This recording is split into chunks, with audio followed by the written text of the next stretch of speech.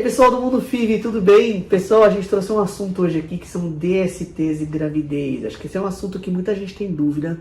A nossa ideia aqui não é falar só sobre a doença, só sobre o problema, mas é trazer alguns red flags, levantar alguns problemas e principalmente indicar um pouco a via de parto e falar se trata ou não trata na gestação, beleza?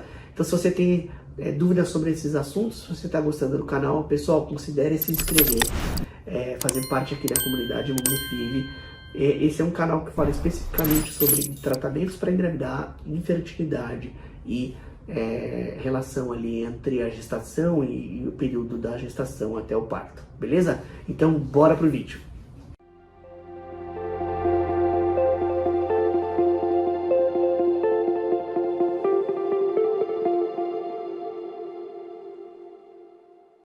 Pessoal, o que são DSTs? O que são infecções sexualmente transmissíveis? Todo mundo, quando pensa isso, pensa em doenças que de fato passam de um para o outro e que basicamente dão uma série de sintomas. Mas existem outras doenças que são doenças que basicamente são do sangue, não só genitais, e que também são consideradas DSTs. Um exemplo clássico que a gente tem aí é o vírus da imunodeficiência, o HIV.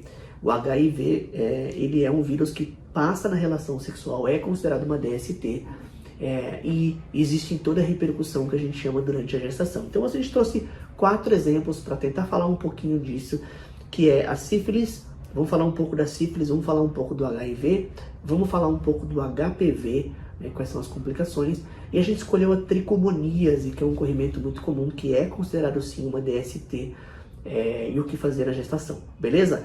Então bora lá, vamos começar com a sífilis. O que é a sífilis? A primeira coisa é assim, quais são os sintomas? Basicamente a sífilis, a gente aprendeu muito da evolução da sífilis durante a guerra, onde infelizmente os médicos ali não tratavam a evolução da sífilis, ainda tinha pouco antibiótico também, e a gente começou a descrever a sífilis em fases. Então a gente tinha a sífilis primária, a sífilis secundária, a sífilis terciária, a neurosífilis e uma série de complicações, beleza?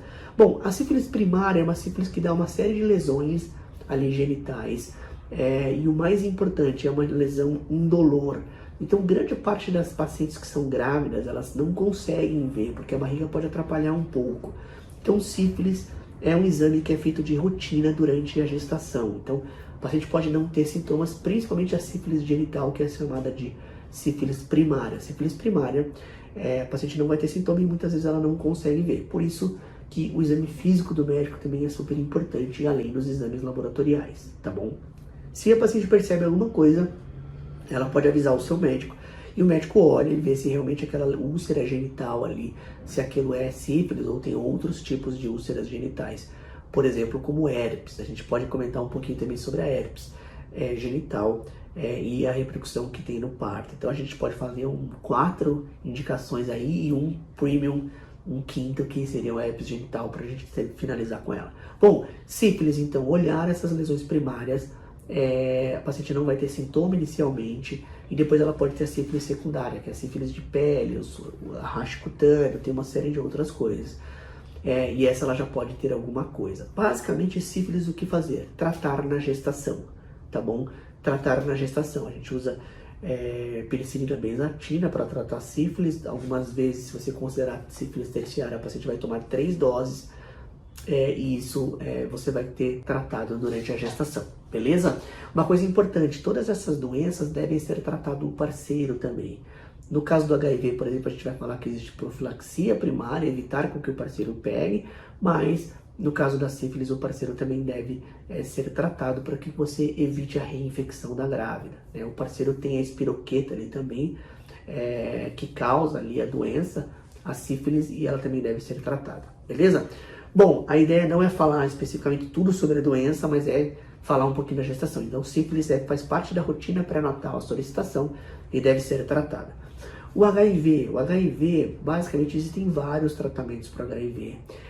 E uma coisa importante no HIV, ele pode passar com uma coisa que chama transmissão vertical, então pode sim afetar o nenenzinho. Então é muito importante tratar HIV durante o pré-natal, para que você chegue muito próximo do parto com uma carga viral baixa. Então todas as pessoas que tratam HIV e gestação, eles olham basicamente 2 coisas, que é a carga viral que a paciente tem e o CD4, como que está o sistema imunológico. E a gente fica controlando isso, né? Tende a cair a carga viral, controlando ali o sistema imunológico, beleza? Existem vários protocolos, cargas virais, por exemplo, muito baixas. Quanto mais baixa a carga viral e às vezes indetectado, a transmissão vertical é quase nula, tá bom? O que fazer, Luiz, no HIV? Precisa fazer cesariana? Não precisa. Instrumentalizar o parto aumenta até o risco do HIV. Então, o parto pode ser normal, mas ele deve ser evitado a instrumentalização do parto, que a gente chama, evitar a qualquer custo, por exemplo, o cortinho, ou tentar evitar ao máximo o fórceps, por exemplo, só quando necessário, porque realmente às vezes precisa, mas evitar essas instrumentalizações, você diminui a transmissão vertical. E a outra coisa importante é usar o coquetel também, usar os remédios do HIV, tanto na mãe, e aí a gente também usa no nenenzinho, e dependendo da carga viral, você pode ou não pode amamentar depois do parto, beleza? Então todos esses detalhes, se vocês quiserem, depois a gente grava um vídeo só sobre HIV e gestação. A gente fala das drogas, a gente fala das doses, mas eu acho que não é o intuito aqui desse vídeo. Mas pode ter parto normal, beleza? Dependendo da carga viral. Beleza, vamos falar um pouquinho então da tricomoníase. Tricomoníase, ela é causada por um protozoário flagelado, e deve ser tratado na gestação e também é considerado uma DST, tá bom? Então, assim que você tiver uma queixa vaginal e a tricomoníase, a paciente vai ter um corrimento vaginal ali, ela vai ter uma queixa, principalmente um corrimento amarelo esverdeado, e muitas vezes pode ter um pouquinho de mau cheiro, altera o pH vaginal, o pH vaginal fica acima de 4,5, que o pH vaginal normalmente é ácido, a gente já falou várias vezes aqui no canal. Mas basicamente quando tem tricomoníase você precisa tratar e também isso não muda a via de parto, beleza? HPV pode sim contaminar o feto, principalmente se você tem condiloma ou HPV ativo no canal de parto. Então o HPV, dependendo do estado da mulher, esse sim pode indicar cesariana em algumas situações, beleza? E o mais importante do HPV é que a mulher grávida ela é considerada imunossuprimida, né? O sistema imunológico dela cai.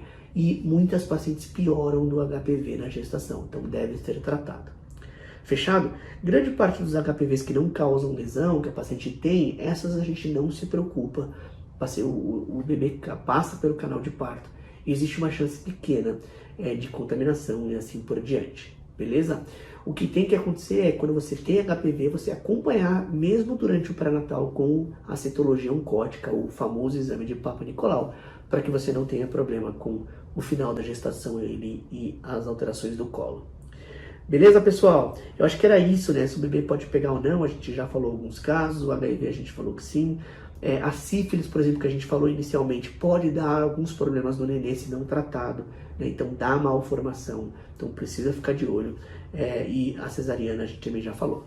Pessoal, queria agradecer vocês aí que ficaram até o final do vídeo. Se você conseguiu ficar até o final do vídeo aqui, se esse assunto realmente te interessou de alguma forma, deixa nos comentários se vocês quiserem, se ficou qualquer dúvida, via de parto, em algumas situações específicas, a gente responde todo mundo. E eu vejo vocês aí depois do trovão nos próximos vídeos.